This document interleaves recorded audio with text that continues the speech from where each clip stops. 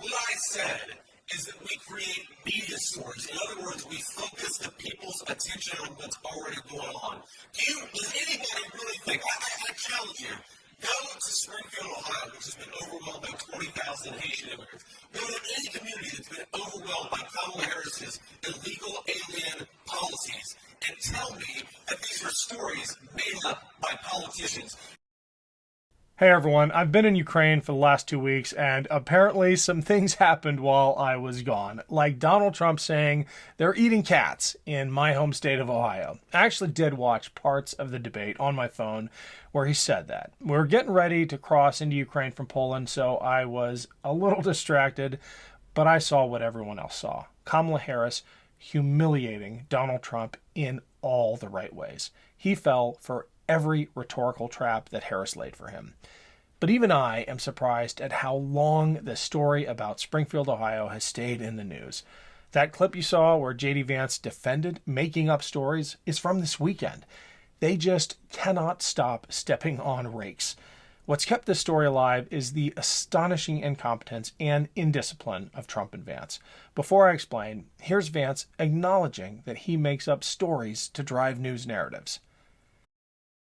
If I have to, create stories so that the American media actually pays attention to the suffering of the American people, then that's what I'm going to do, Dana, because you guys are completely letting Kamala Harris coast. You had one interview with her. You talk about pushing back against me, Dana. You didn't push back against the fact that she cast the deciding vote on the Inflation Reduction Act, which is why a lot of Americans can't afford food and housing. You just said that you're creating a story. Public policy.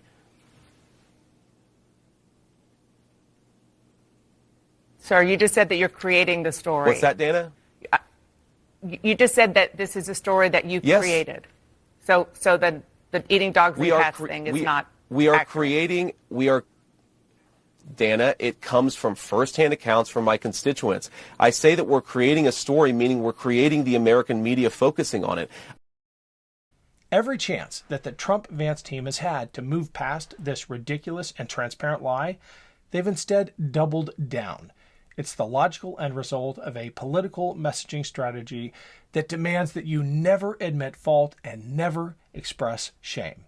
It is, by definition, shameless. You heard J.D. Vance challenge the media to go to Springfield and dig into the story.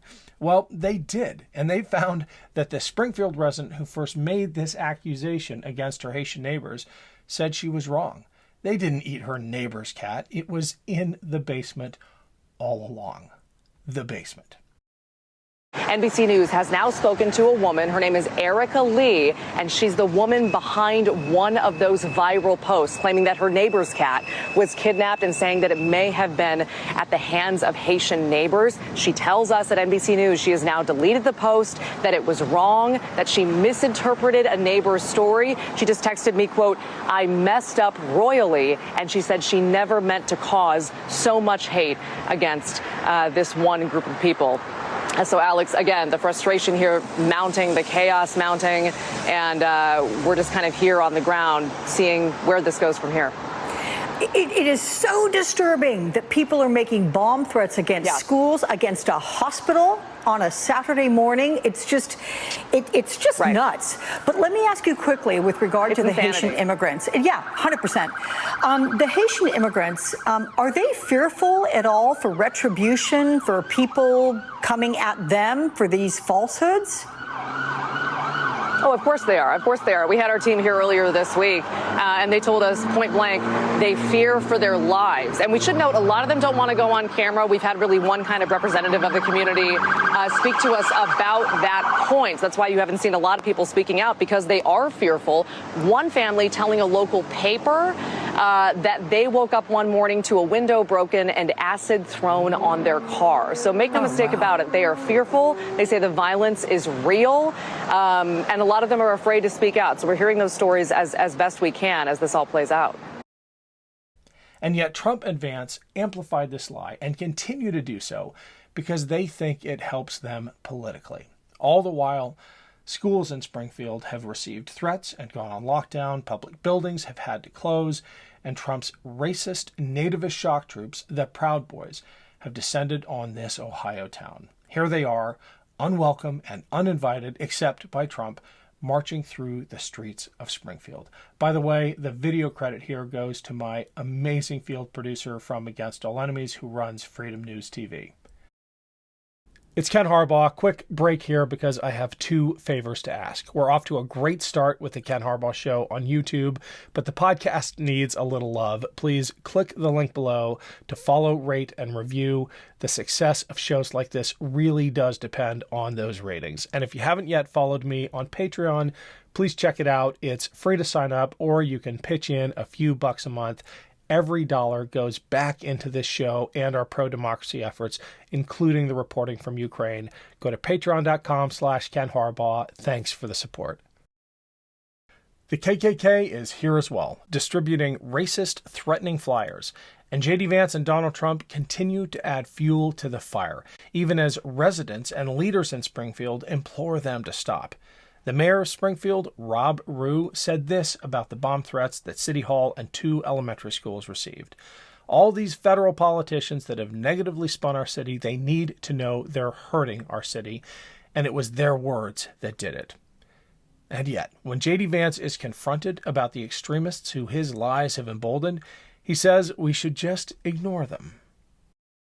On September 9th, you amplified what you said yourself were rumors about Haitian migrants eating pets. Donald Trump then claimed those were facts, and he repeated them to 67 million people on the debate stage this past week. In Springfield yesterday, 2 hospitals went into lockdown after police were alerted to a bomb threat. On Friday, 2 elementary schools, 1 middle school were evacuated. Thursday, an elementary school was also evacuated, and Springfield City Hall had to evacuate due to a bomb threat made by someone who said they were concerned about immigration. These false claims are endangering your constituents. Do you regret your words? Well, Margaret, first of all, we condemn all violence and condemn all threats of violence. I want whoever made these threats to be prosecuted to the full extent of the law. But we don't believe, Margaret, in a heckler's veto in this country. You can condemn violence on the one hand while also saying that there have been terrible problems caused by Kamala Harris's open border in Springfield. Now, you said that these are false rumors. Well, I've heard about a dozen things from my constituents in Springfield, Ohio. 10 of them are verifiable and confirmable. A couple of them we have direct firsthand accounts of, for example, migrants abducting geese at the local park and slaughtering them and eating them. Now, maybe all of these constituents are lying to me, but I would appreciate if the American media showed up and did some real investigation rather than amplifying the worst people in the world. Why is somebody calling it a bomb threat, Margaret? It's because they want attention. I think that we should ignore these ridiculous psychopaths who are threatening violence on a small Ohio town and focus on the fact that we have a vice president who's not doing her job in protecting that small Ohio town. Okay.